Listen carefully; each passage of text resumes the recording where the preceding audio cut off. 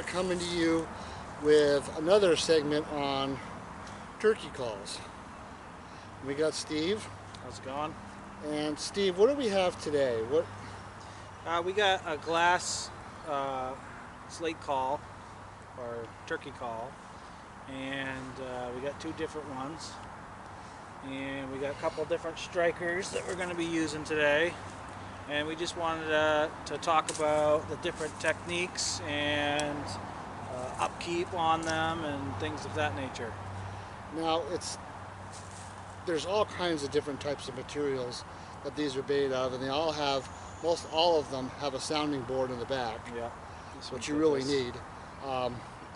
This one here is a Primos Power Crystal. This one's been on for a while. What do you got there? I got a Hunter's Specialties Strut World Champion triple glass call. Okay. It's nice and loud. I like this one. Okay. Now, as far as, before we go into calling and stuff like that, now the strikers themselves are made out of different materials, correct? Yeah. You can get lots of different varieties of strikers and whatnot, but a lot of these strikers tend to be a hardwood. You can get them different shapes, sizes, and I find that I actually like the carbon one the best for my personal preference. A lot of people like the one John's holding. They enjoy that as well. It's just it looks like a hard walnut. Yep. Type of wood. But yeah, so all you're going to do to maintain these, because a lot of people don't realize that you use them, but you also got to keep the maintenance up on them as well. So with some of these, you're going to have to make sure that you one, keep it either the edge rounded or flat, but you also got to make sure there's no chalking or wax buildup on the tips of these. But also on the call itself, you want to make sure you're regularly cleaning it, or in my case, I would say it's almost like you're grooming the call with sandpaper or Scotch-Brite green pad. What you're going to do is, when you're doing a call like this, you want to make sure you just quickly run a piece of sandpaper or Scotch-Brite all in the same direction.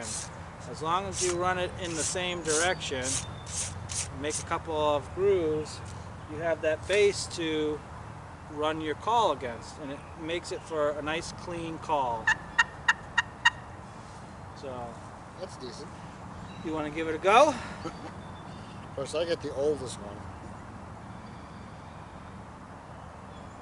Remember, you want to go against it on these calls. You want to go against the grain or pattern.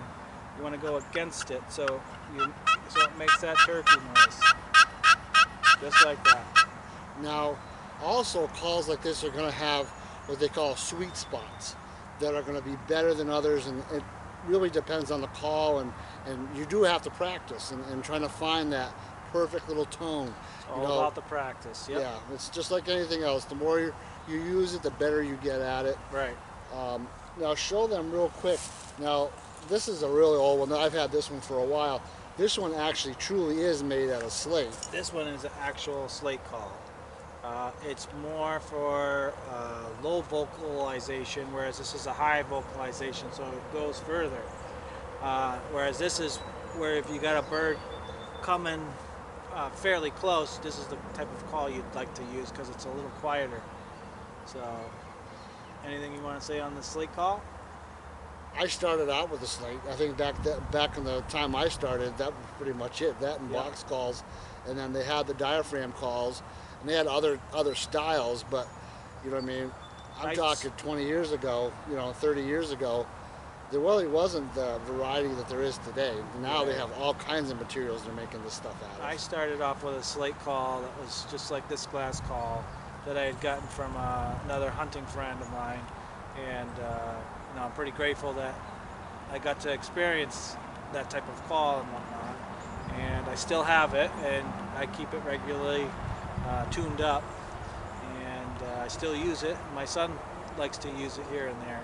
But yeah, I've added to the arsenal as well, just like John's basically talking about. Yeah, I think that any time, just like fishing, as an example, as the years go, the technology and the quality of Gets stuff better. should get better. You would think, but I guess not everything gets better over time.